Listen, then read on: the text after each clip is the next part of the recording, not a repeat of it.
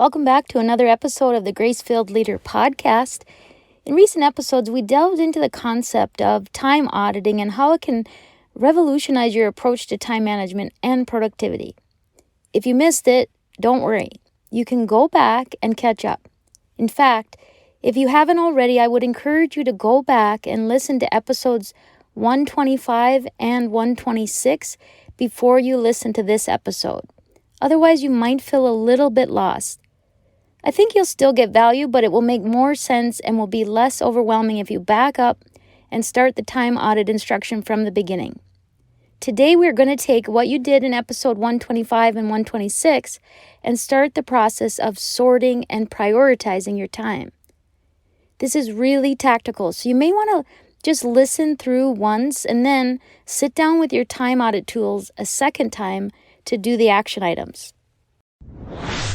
Folks, I spent over 40 years stuck in patterns of people-pleasing, approval-seeking, and perfectionism, trying to find fulfillment the world's way. It wasn't until I experienced the transformational power of the Holy Spirit through Christian life coaching that my way of being was completely changed. What I couldn't do on my own in over 40 years, God did in just a few months. He often works best through other people in our lives. If God is laying it on your heart to try a different way and you don't know where to start, you can keep struggling on your own, or you can invest in yourself and partner with a Christian life coach. I'm not exaggerating when I tell you that it changed the trajectory of my life. If my story resonates with you, I would be honored to partner with you in your own journey. Go to gracefilledleader.com to learn more. That's Grace, Grace, filled, Filled, leader.com. Welcome to the Grace-Filled Leader podcast. Do you want better work-life balance? Do you get stuck in patterns of perfectionism and people-pleasing?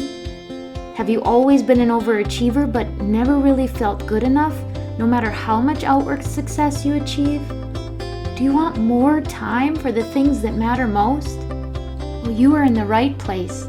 Here on the Grace-Filled Leader podcast, we focus on spirit-driven success and share the secrets to having better work-life balance as a busy woman in leadership. Here you will learn how to set boundaries like a boss, find peace of mind, and reclaim your time for the things that matter most. Hi, I'm Tanya, a wife, mom, leader, and certified Christian life coach. For most of my life, I tried to find worthiness through achievement. I spent decades people-pleasing and pouring myself into my work. I was looking for my value through the approval of others. This led me to feel burned out, empty, and exhausted. I had no time or energy for myself or my family. I realized that I was wasting time and energy looking for validation in all the wrong places. But my life changed when I finally surrendered and God showed me a different way. It is my mission to help you start living the abundant life God has for you. If you're ready to become fueled by grace and find freedom from people-pleasing, if you're ready to multiply your time and impact as a Christian woman in leadership, this podcast is for you. Roll up your sleeves, sister friends. It's time to get after it. In episode 125, we introduced the idea of conducting a detailed time audit where you record your activities every half hour throughout the week, or if you didn't want to do that, you could list them out if you prefer to do more of a list rather than the incremental audit. And then in episode 126, we reviewed that process and we took it a step further, recording the hours you spend on each activity, the hours you would like to spend on activities you currently don't make time for, and the awake hours you actually have available to you. We use the analogy of financial budgeting with your available hours being the income column, the time you're currently using in the spending column or category, and the time you would like to be spending in the savings category. This process helps you gain insight into how you're spending your time and how you would like to be spending your time. Now, we're going to continue on putting that information to use. I'm going to pause just a moment to say, if you have not yet downloaded the free time audit tools, or if you downloaded them a while ago, I would strongly suggest that you download the updated versions now. I actually just updated them this week. There are two Google Sheet versions. There are the incremental daily audits and the list version. You could actually get both of them. Both have the time audit calculations worksheet or tab that we discussed last week, and both have a new sheet labeled commitments or activities. We are going to be using those today. Now, you can certainly do the work without them, but I'm going to speak as if you are using or in reference to the templates, because it'll be easier for me to explain and it will be easier for you to follow if you have them in front of you. If you don't have them, pause right now and click the link in the show notes, unless you're driving, of course, or go to gracefilledleader.com/freebies to find them. You will be prompted to make a copy of the Google Sheets. Now that you've completed your time audit using the tools provided, here's what you need to do. You need to start by grouping similar tasks or commitments into categories for each day of the week. You may have already done this on the time audit calculations worksheet under the activities commitments column, and if not, do so now.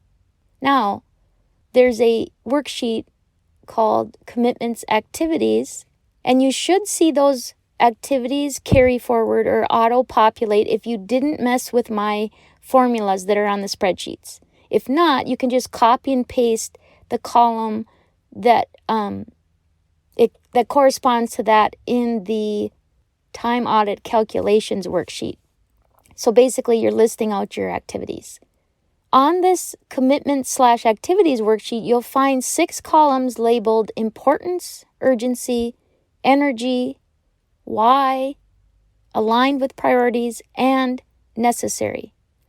For each activity, you're going to make selections based on the following.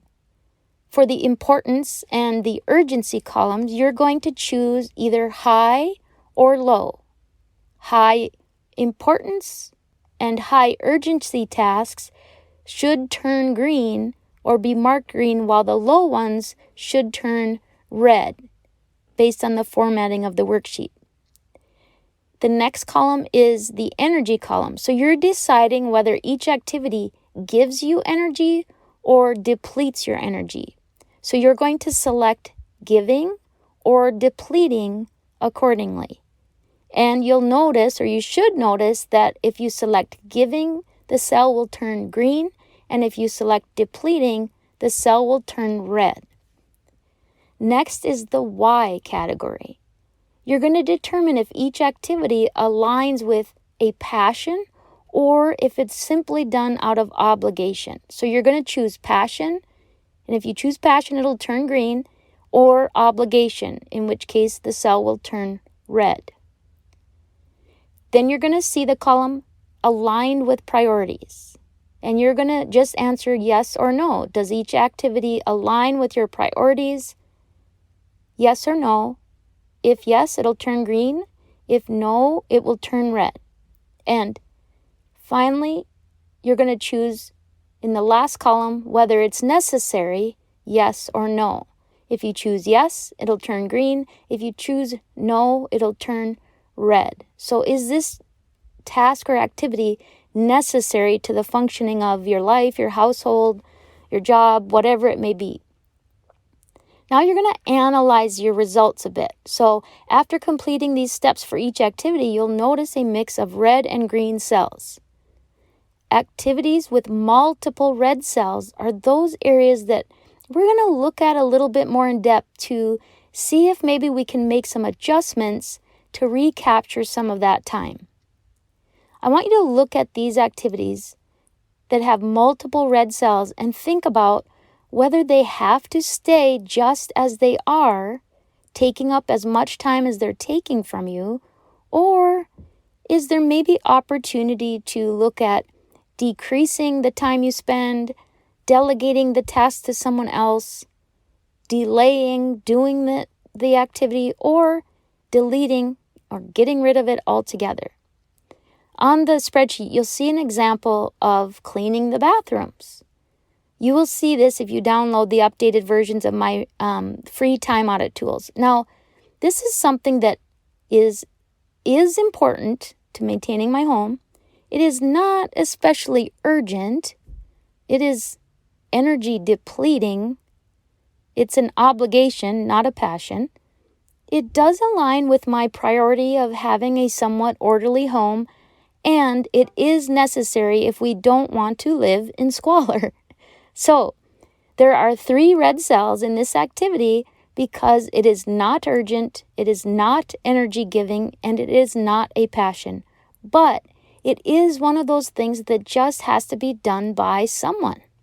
So I'm going to make note that this is necessary, but perhaps I can look at options of delegating sometimes or getting help or decreasing the frequency of when I do it, making it more efficient, and thereby saving myself some time. So let's just review today's homework one more time.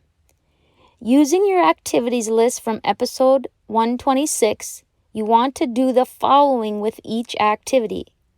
Determine if it is high or low in regard to importance. Determine if it is high or low in regard to urgency. Decide if it gives you energy or depletes your energy. Determine if it is a passion or an obligation. Determine whether it aligns with your priorities or your core values. And finally, determine if it is necessary. Anything with a low importance or urgency is energy depleting, is an obligation, or gets a no as a priority or necessity is going to be colored red, like I said. Others are going to turn green. Again, activities with multiple reds are going to be the first to assess what can be changed. In the coming episode, I'm going to tell you what to do with those activities and have you do just a little more math again so that you can get excited about the time you're going to free up for the things you listed back in your savings bucket or the things that are really important to you that you currently are not consistently finding or making time for. Now, I realize this is a lot of tactical work that is taking a bit of time, but I hope it is in bite-sized chunks for you, and I am certain that it will be a huge return on investment when it comes to creating more time for what matters most to you. Remember, this homework can be done without the tools, but they make the process much smoother. You can actually download all of the free resources that I have, which includes the time audit tools, the email inbox management system, and a 7-day gratitude journal from gracefilledleader.com/freebies, or you can use the link below in the show notes. So please, please, please get your free tools. Tune into our next episode where we'll dive deeper into time management strategies and how to overcome common challenges faced by busy professionals like yourself. Until then, remember to lead with grace and intentionality in all that you do. And as always, I pray that the Lord fills you with gratitude, peace, and His amazing grace. I pray this episode blessed you, spoke to you, or encouraged you in some way. If so, please share it with a friend and head on over to Apple Podcasts to leave me a review. That's the only way for me to know if you're enjoying the show. Nothing blesses me more than to hear from you. Also, come on over to our free Facebook community. This is a great place for us to support one another on our faith and leadership journeys. You can find the link to the group in the show notes or go to gracefilledleader.com/community. If you have questions or content ideas for the show, please send me a message on SpeakPipe or via email. Go to gracefilledleader.com/contact and leave a written or voice recorded message. I would love to know how I can best serve you on the podcast. Now to Him who can do immeasurably more than we can ask or imagine, according to His power that is at work within us. Ephesians 3, verse 20. Until next time, my friends, God bless.